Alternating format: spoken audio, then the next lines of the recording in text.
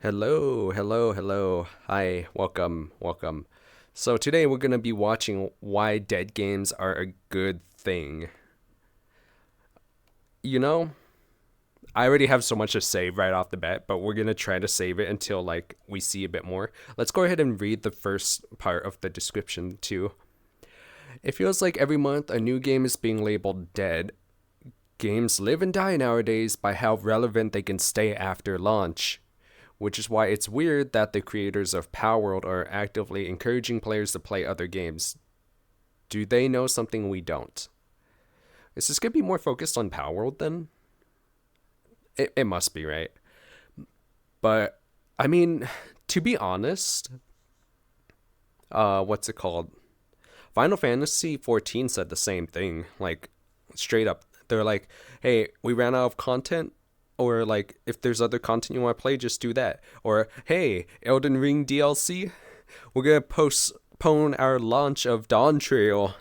You know what I mean? Yeah, but I mean they're not a dead game, so I guess there's a difference. Perhaps, who knows? But personally, in my thoughts, like before we even start, I honestly think that games that are like supposedly dead but have enough to like keep going but still dead, I think they have like the best timeline of the fact that they're given time to do stuff, right? They're not trying to make it big and be like the next big thing. They're just trying to make a living. So I think dead games are a good thing for them, but also for us, for the fact that uh they're not going for whatever is the the hype right now, like the thing that everyone's jumping to, so they can make their own uniqueness of a game. I say that for Pal World. Oh man, what's the world coming to? New comes out, and then a few months later, the game is being labeled dead. Dead. It feels like every week something new comes out, and then a few months later, the game is being labeled dead. Palworld has reached power levels that seemed impossible, hitting over 2 million concurrent players. Wow, I never knew that was a thing. 2 mil? That's scary. On Steam. It's looking like Pal World is a dead game. And so, yeah, Pal World has lost 2/3. In about 2 weeks. In about 2 weeks, it goes from 2 mil. It has lost 2/3 of its players in 2 weeks. Its players in 2 weeks. Games live and die. I mean, isn't most games like that, to be fair? Like, I don't recall the faction from many games, but isn't it like that in many of the games? By how relevant they can stay after launch. So instead of developing new games, big studios have created strategies to keep players playing and paying. The live service model has taken over, and with it emerged a culture where nothing is worse than a dead game, which is why it's so weird. Oh my goodness, the game is dead. Let's also quit the game. We gotta play something that's new and hype, and everyone's on it. Ugh. By the way, I play a game that's actually pretty much dead called, for instance, the game called Grand Chase Classic. There's practically no one on there. Like, I don't even know how the game is staying up, to be honest. But I still play games like that. That Pocket Pair, the creators of Palworld, are actively encouraging players to try other games. And when I talked to John, he echoed this same feeling of the founders. Just play the games you like. If you finish in a day, cool, good job. I'm glad you enjoyed it. Play the next one. What's going on? Does Pocket Pair know something we don't? Maybe we've been thinking about video games all wrong. I don't know. To me, I do this actually all the time. Like, I don't even have to finish a game, to be honest. I'll play some of it. Actually, right now, I think right now is a good example, kind of. I'm playing multiple games at once. Whenever there's downtime in a game or a part I dislike, while that game is still up and running, I actually go to another game until that part gets to a downtime, and then I go to the next one. And then I just kind of have like a windows open, and then from the ones I still want to play, I just go back to the primary one that was already on, and then just repeating the steps. Like, there's always going to be bad parts in games and good parts, to be honest, unless it's like a really bad game like Lord of the Rings Golem. But like yeah, I feel like it's just a natural cycle. We shouldn't like judge a game so harshly that we'll never touch it again, to be honest. Unless I already said that. I'm not gonna say the same Maybe joke game twice in the dying first minute. Isn't bad at all, but actually something you desperately need. But what does it mean to be a dead game? Well, there's a few definitions out there. However, most people agree on three things: when a game loses the majority of its players, when a I don't agree for that one. game loses its dev support, or even when I agree for that one. If they lose their dev support, that I feel like that might be a dead game unless it's like a single player kind of game, then that makes sense. But if it's a live service game, then yes, the middle one. As for the losing most of the population, also not true. Like if it's by fraction, you have to think about it. Like a game that had 2 mil and they lose 3/4 of that, that's still so many players compared to like many games that are out right now that people are like, oh, this game is still so good. But even though the fraction is like, they didn't lose as many a fraction, like they lost maybe 1/4 compared to them, but like they still have less than, I don't know, 200,000 players than the other competitor. It's like, I think the number itself matters more than the fraction. So even if like a majority were to stop playing, it's more of the community that stays and how many there is in that community. Like it's by the worth of the game as well. So as long as they can cover the costs of the game and the developers are still going strong and like still trying to, work on it, meanwhile keeping the cost like effective, like as long as they have it balanced out, I don't consider it a dead game. I just consider it a game not a lot of people play anymore. when it loses its Supposedly. competitive scene. Many people like to call it Wait, what was the last one he said? I talked over it. when a game loses its dev support, or even when it loses its competitive scene. Many people like to Competitive scene. call a game dead That's when they dumb. don't like it anymore, but we're not counting that. So if this is the standard definition, most video games have bit the dust. Practically every game in existence sits in this category, aside from a handful of untouchables that I like to Why isn't Fortnite dead? That's good. feature in my Should Be Dead series. It really isn't possible to live very long. So what happened? Why is a game dying considered a bad thing? Well, something's changed over the past few years. When I was younger, a game dying was normal, even kind of exciting. Yeah, to be honest, back in our day, when a game would die, they'd be like, yo, check out this unique game. Like, no one plays this, but, like, check this out. It felt like a secret kind of thing, like, uniqueness, like, everyone wanted to be different kind of thing. So having a game that not a lot of people played or plays anymore and still, like, saying it's good compared to people that's like, it's a dead game, so it's bad, gave it the uniqueness of, like, what's it called?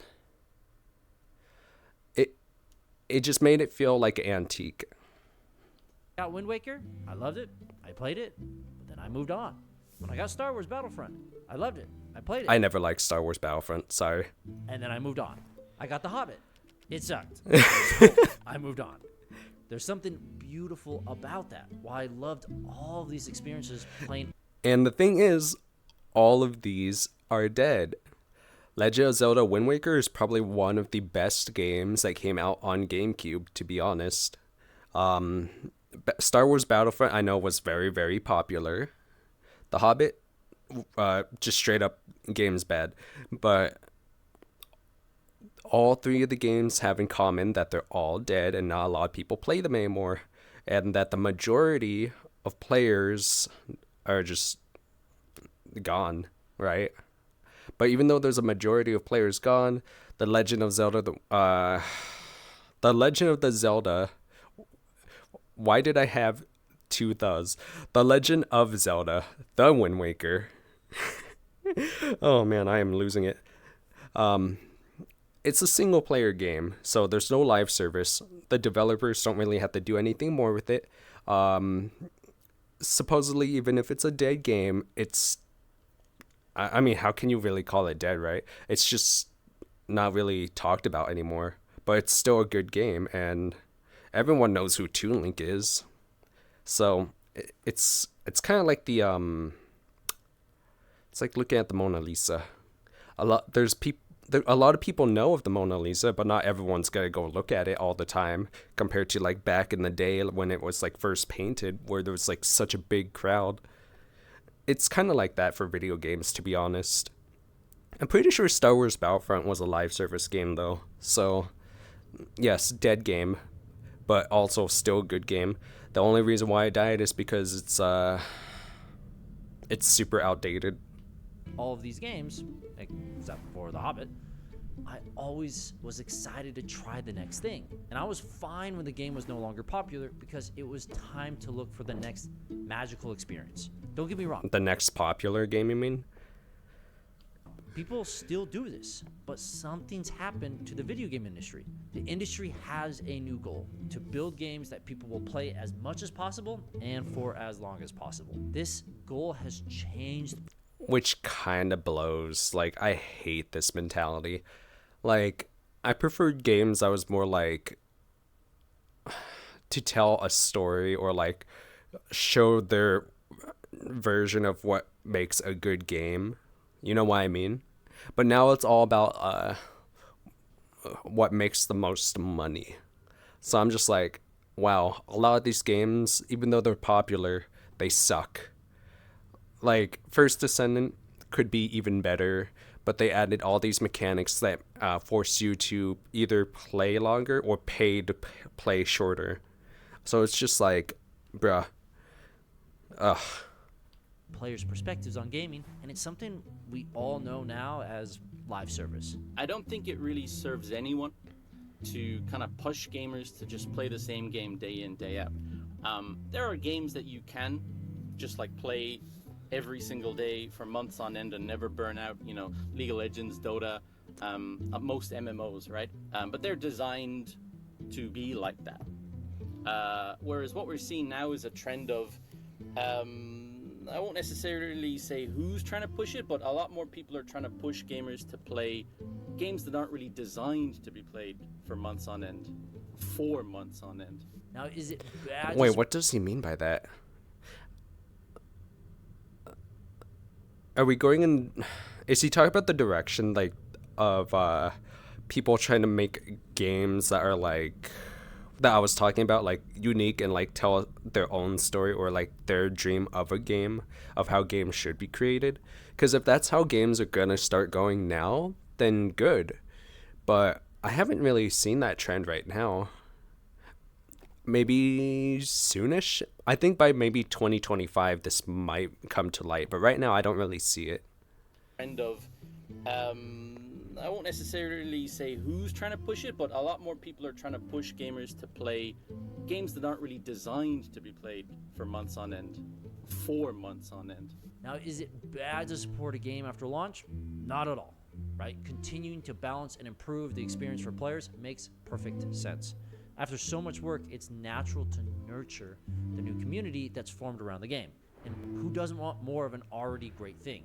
I mean, I plan on releasing more content for my game, Fallen Worlds, after it releases. Fallen Worlds? The real problem, though, is that I kind of want to see this. It looks interesting. companies have made live service their entire focus, releasing Oh updates gosh, over GTA. and over at the expense of a new title.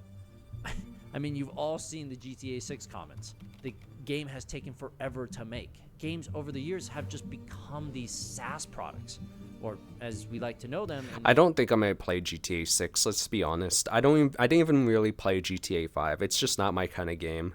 It felt more like living a second life than anything. And heck, there's even roleplay servers now in that game. And I'm just like, you know, I could just go outside, right? And live my second life. But of course I can't do some things that's in GTA in real life. I mean, I could, but the consequences would kind of probably be the same. the industry, GaaS, or Games as a Service. It's an investor's favorite type of company thanks to consistent revenue streams. But why has live service shifted our mentality, making us believe that games dying equals bad? Well, it's a fundamental rule of SaaS. To be the top dog, you need to monopolize as much of the market as possible, meaning whoever captures most of the amount of people wins long term. For example, if you want to search for something on the internet, you use Google. If you want to design something, you use Adobe. If you want a game communication platform, you use Discord. These SaaS businesses are so valuable, not necessarily because of their technology, but because they've cornered the majority of people in their market. And the most expensive thing in SaaS is cutting out. Customer acquisition. And for I was gonna say something else. I was gonna say cutting the competition. I mean, if you take everything, then there's not really anything left over for anyone else, right? context, acquiring a new customer. It doesn't matter if there's something better and niche. People aren't gonna use it too much. There's gonna be a minority that will use it, and those are like, I don't know where to put them on the pedestal, but like there will be those, and then there's gonna be the majority of people that don't know about it and will be using something that's probably worse of a product, right? And it kind of just like rolls that way with so many things in life. It's way more expensive. Imagine like a lane of just like water bottles. They're all the same exact product, and maybe there's like one or two that's like hidden behind the other ones and you can't even see it.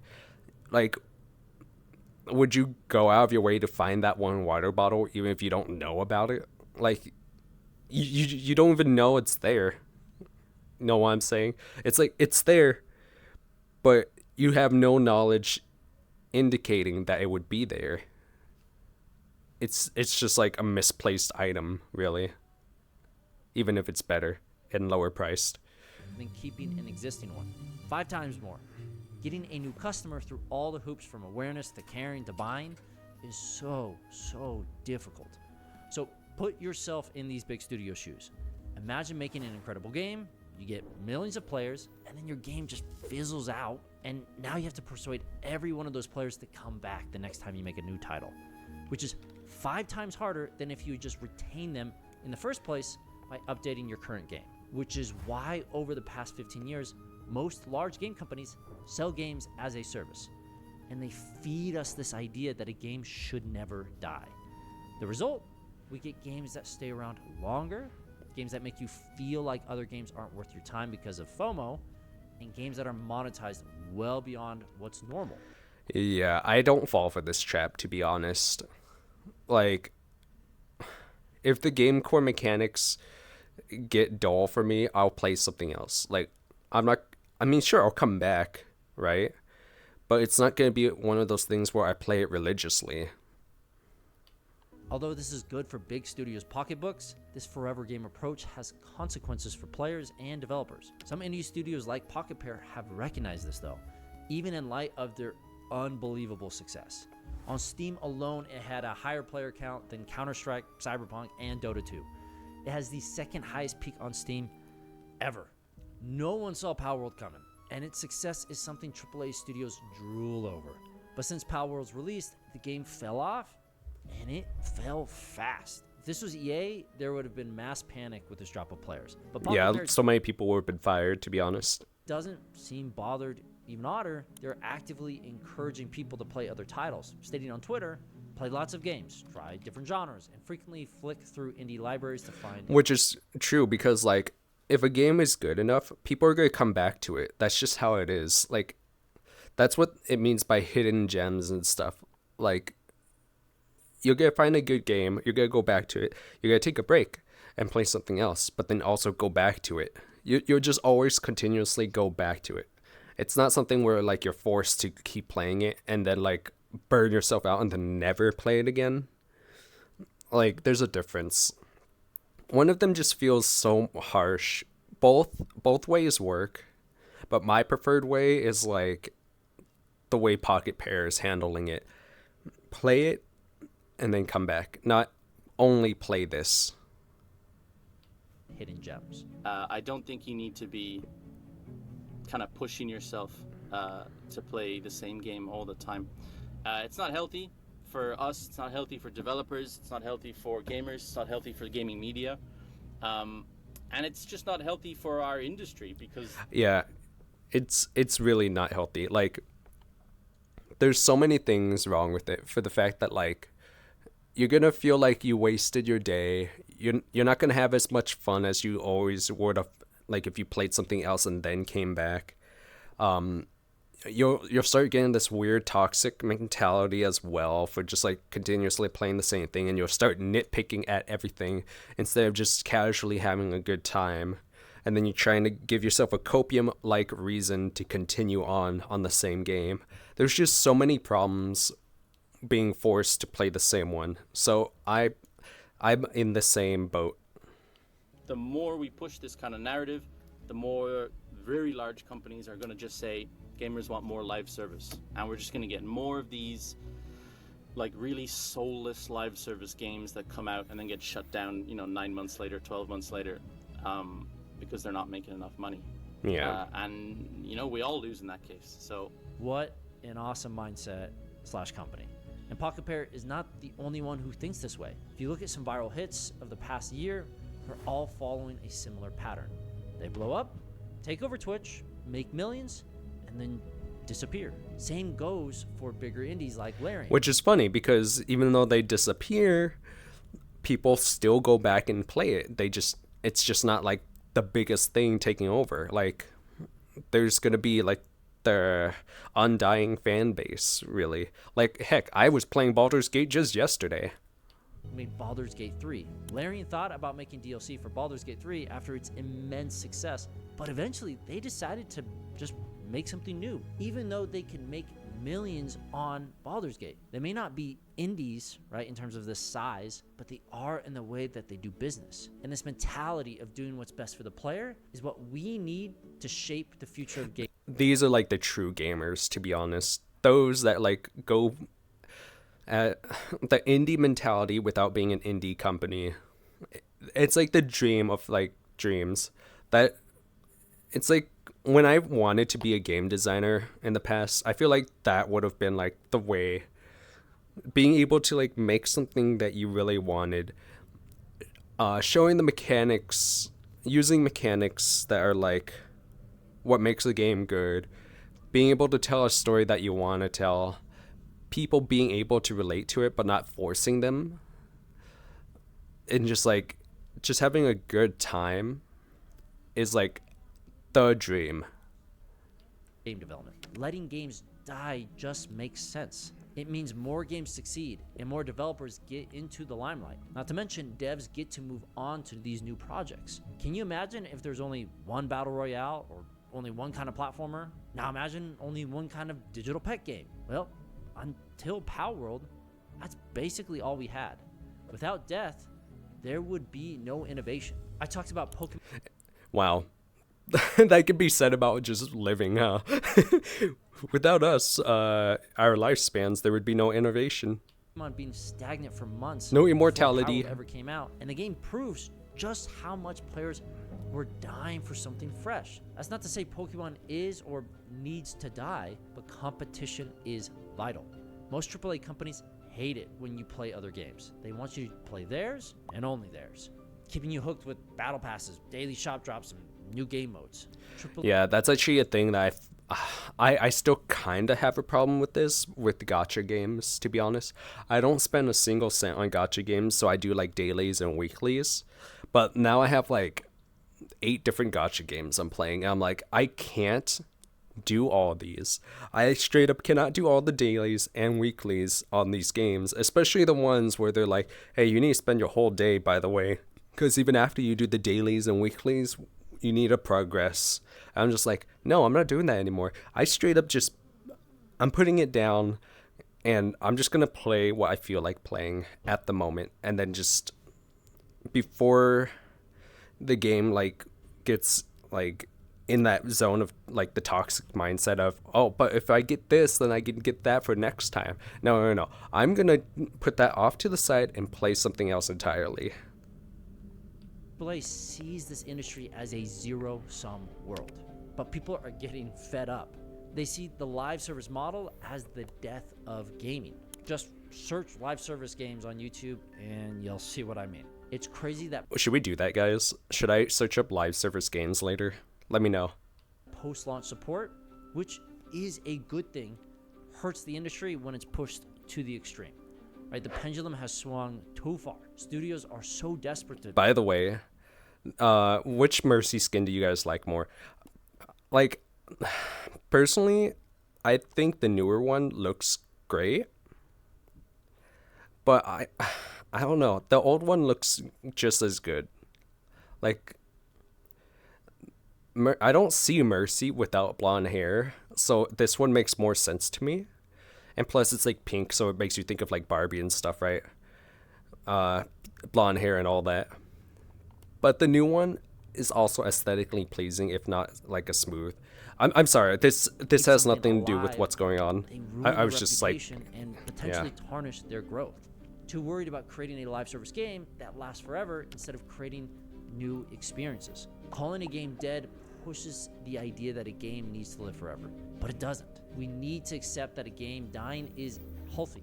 Even though Palworld has lost most of its players, the game was a huge success. And with the DLC releasing, players are coming out of the woodwork to play it. It's great to add and update games, but pushing people to only play one title or one genre forever is not the answer. Games and the gaming industry need to change, pushing people to try new things and enjoy new experiences. Play all the indies you can.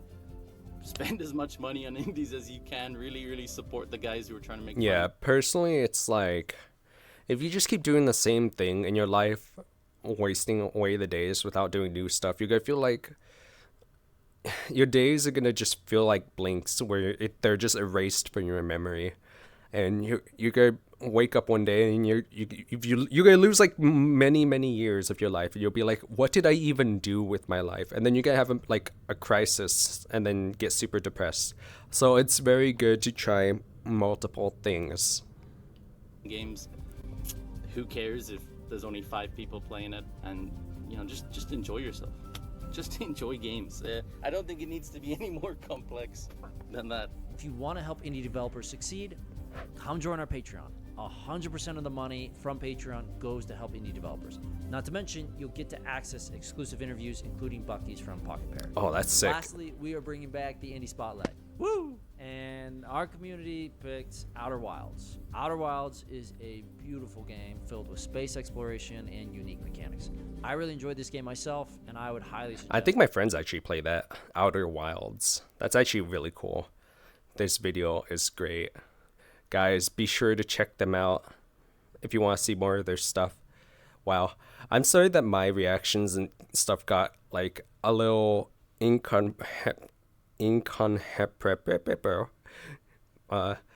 sorry if some of my reaction didn't make sense or if I kept jumping around a lot. At the time of this recording, it tends to happen every Monday for me. I don't know why, but like my talking skills just like are debunked until like maybe Wednesday. So I do apologize, but I hope you guys enjoyed this nonetheless. Sorry for getting off topic every now and then, because I know a lot of you guys hate that enough to push me off into the abyss. But other than that, I do hope you guys enjoyed, and I hope to see you guys next time with more videos like this. Peace.